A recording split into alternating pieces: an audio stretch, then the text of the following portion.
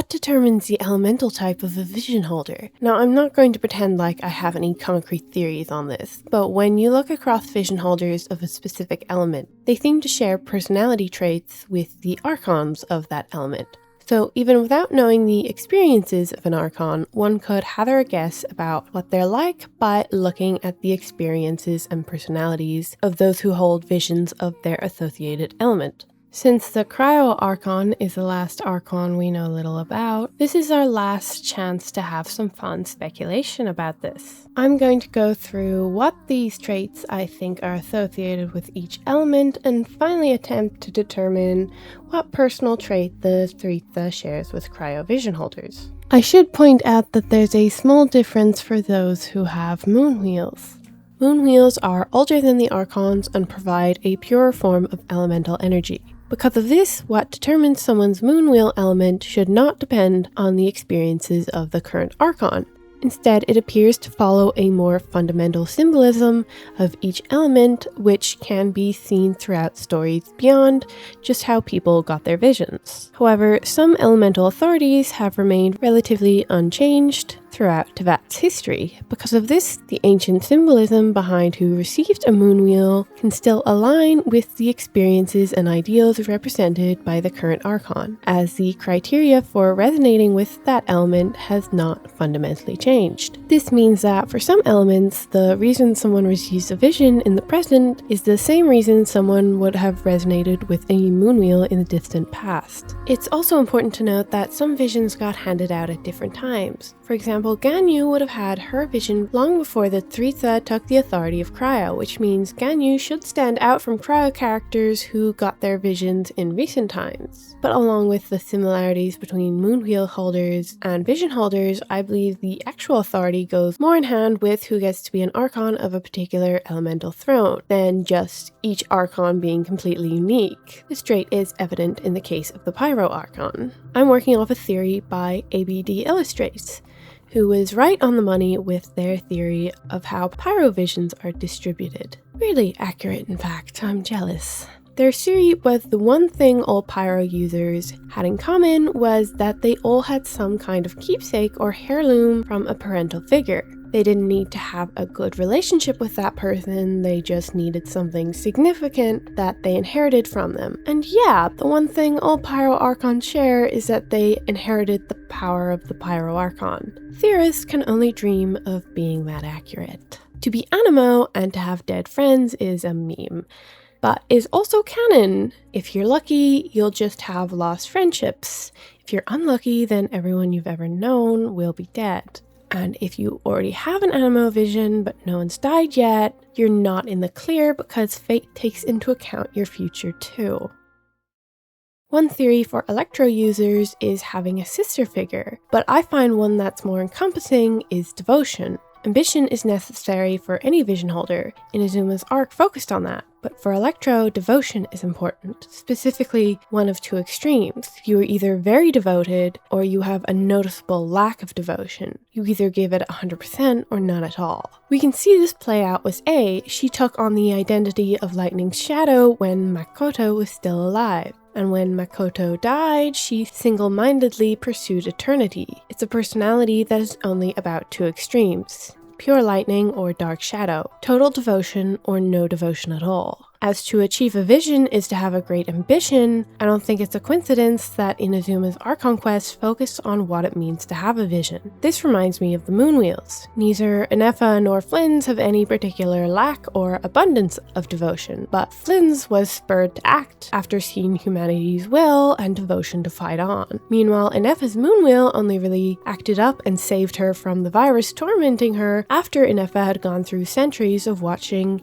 and aiding humans. Their combined will is what ended up saving her. A's ideal of eternity is likely intentionally ironic, considering lightning itself is defined by how brief and fleeting it is. This contrasts with Makoto, whose ideal seemed to be embracing each moment precisely because moments are temporary. Yet A's story reveals that her true embodiment of Electro may not be eternity, but the unwavering will and devotion behind pursuing it. Her Archon quest showed the flaw in her ideal, as trying to preserve eternity meant suppressing the very will and ambition that defines humanity. Perhaps this is why characters like Linz and Anefa resonate with Electro's older symbolism. They are moved not just by devotion, but by the strength of human will itself. Dendro seems pretty obvious, the pursuit of knowledge. Al-Haysam doesn't get bogged down with questions, but he does like that he's smart. Kala used to be extremely bitter, and that extended to her opinion of vision bearers, and her lack of one. But she went through a character arc in which she wanted to become a better person. Her learning to read is intentionally written into her character growth. Likewise, you don't have to be extremely smart or a scholar to attain a Dendro vision. Yao Yao is a dedicated student, and Kirara wishes to learn how humans live. This all mimics Nahida, who not only wishes to be worthy of the title of the God of Wisdom, but is constantly curious and always seeks to learn more. There is one outlier, which is Kanich.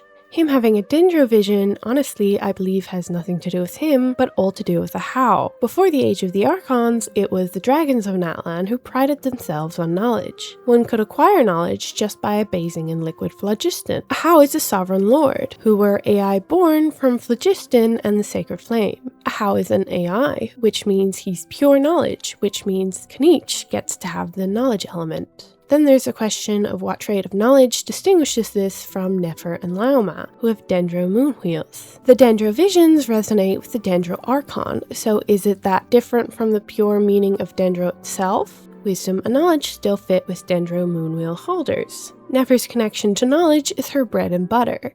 She got it because of Thoth, a former moon envoy, and he also gave her a chess set that revealed secret knowledge to Nefer. Lama is similarly curious about the true nature of the moon, while her name card hints that her antlers are akin to the branches of Irminsul itself. A Dendro alignment is as fitting to them as a Dendro vision is to anyone else. Of all the thrones of the Archons that changed hands 500 years ago, Nahida is the closest to her predecessor. She is literally Rukkhadevata reborn, so the qualities that define modern Dendro users are not that different of what a purer expression of Dendro's elemental symbolism would look like. This may be why Dendro moonwheels and Dendro visions appear so closely aligned. The fundamental meaning of the element remained consistent even as the system granting visions changed. Geo was the one I struggled with the most. I do have some ideas, but they just don't seem to apply as universally to Geo users as other elements do. There's also the fact that despite all the accounts of the Geo Archon, the experiences that shape Zhongli's personality are still a bit of a mystery. He's also the oldest living Archon, so similar to Dendro users and modern Electro moonwheel holders, I don't expect to see much difference between the old and the new meanings of the element. This is fitting because one theory I have is that unlike Dendro representing both nature and knowledge, and Electro representing both devotion and lightning, one reason people receive a Geo vision could literally be tied to their connection with rocks. Zbai knows the Lord of Geo the best. Linnea has a pet Jack Frost that just really likes to eat rocks, to the point that they're more Geo than Cryo. Noelle is super reliable and strong. Goro likes rock climbing and is also compared to the Earth by being reliable and strong. Ningguang presides over Liyue and its emphasis on wealth. Albedo is literally made of earth.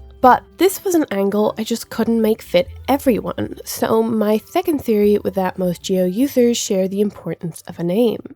Zhongli has a long history of going by many names and disguises. Navia and her father would rather not go by a fitting title. It was Chiori thinking about what her name would mean for her own boutique that prompted her to leave for Fontaine. Yunjin respects the implications that being called Sir comes with. Albedo has the epithet Chalk Prince, which just sounds cool. Xilonen forges ancient names. Kachina's ancient name was integral to the plot of the Natlan Archon quest. Goro helps his readers by going by another name. There's the Arataki Ito. Linnea is inspired by a real-world naturalist who was responsible for the naming of animals. Noelle is known as the Wonder Maid. Itloa can't remember the names of his parents.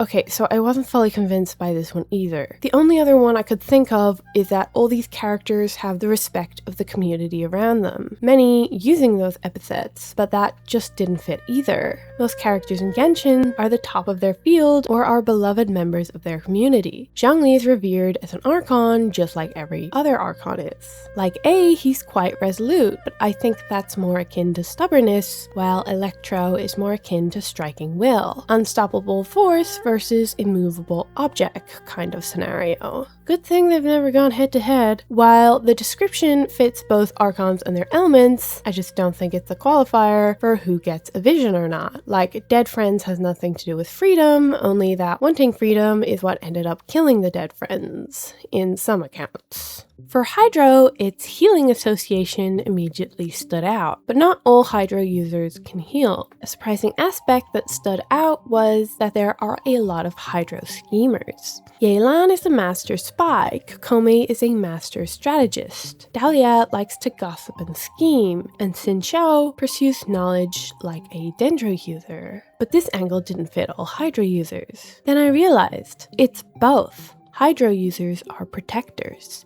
They use their interests to protect and defend.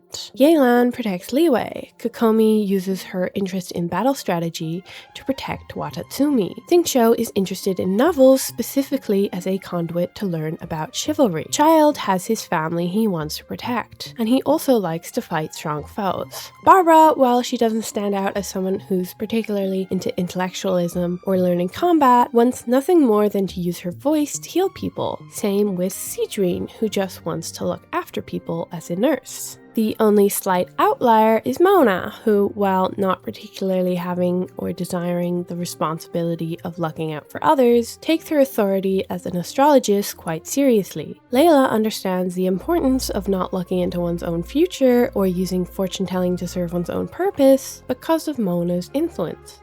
That, and like Knight, Mona may have more lore-relevant reasons for having a Hydro vision. They would all have received their visions when Fosloris was still the Hydro Archon, and what we know about Fosloris is that she wanted to protect Fontaine, and she was the biggest schemer of them all. One note is Columbina. She has probably the highest authority of any god in Genshin, even higher than that of Neuvillette. While the throne of the Hydro Archon was destroyed, Fosloris was quite successful at extending her own ideals onto Neuvillette. As a dragon, he cares more about justice than she ever did, but it was still her ideal that he kept alive, and it was taking over her role, even passing on visions that he took in place of her. Meanwhile, Columbina doesn't seem to really care about the authority of Hydro at all, and she isn't needed to distribute moonwheels since they can be found or inherited. Instead, she acts as a conduit for Hydro elemental reactions. This is fitting as Hydro can dissolve and mix people's memories, wills, souls, and bodies together. Very alchemy relevant.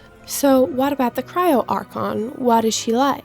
There are still many mysteries surrounding Thritza. We know she's the founder of the Fatui, and Child describes her as a gentle soul who cares so deeply that she believes she must wage war against the world in exchange for peace. Scaramouche says that others describe her as kind, caring, and loving. Even the original Chinese translation of the Shivada gemstone translates to grieving ice. We also know she has a completely different relationship with the Snowland Fae compared to her predecessor. While the previous Cryo Archon elevated them to nobility, the Thritza stripped them of their titles and prevented them from leaving Snezhnaya. Beyond that, we know her name is Anastasia, and that she appears to have some connection to the third Descender, who was likely her lover and also the ancestor of all Conrians. There are currently no Cryo moonwheels, and because we have not experienced much of Snezhnaya's Archon quest or related stories, I don't think we can make any confident guesses about the original meaning of Cryo.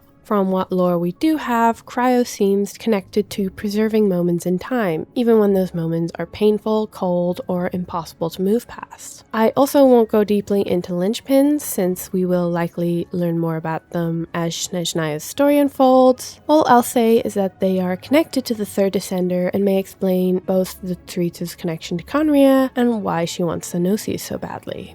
But this video is never meant to be a grand declaration about Cryo's deeper meaning. It was meant to ask what personality traits cause a Cryo vision to manifest. So, looking at cryovision holders, what can we infer about the Tritza? To have a cryovision seems to mean feeling like an imposter of some kind. Kaya feels guilt over his apparent betrayal of his adoptive family and nation. Rosaria is intentionally masquerading as a devout nun, protecting Mondstadt by assassination? Is it really made explicit about what she does? Changyun is an exorcist who has never seen a demon. Diona is a bartender specifically trying to be a bad one, yet still failing at that. Risley is a warden of a prison he was sent to as a convict. Sitlali feels alienated from others because of her long lifespan. Layla struggles to believe she's doing a good job as a student. Eula must fight against the reputation of her family name. Lohan is Lohan. What this tells us about the Tritza is that she likely feels like an imposter of some kind.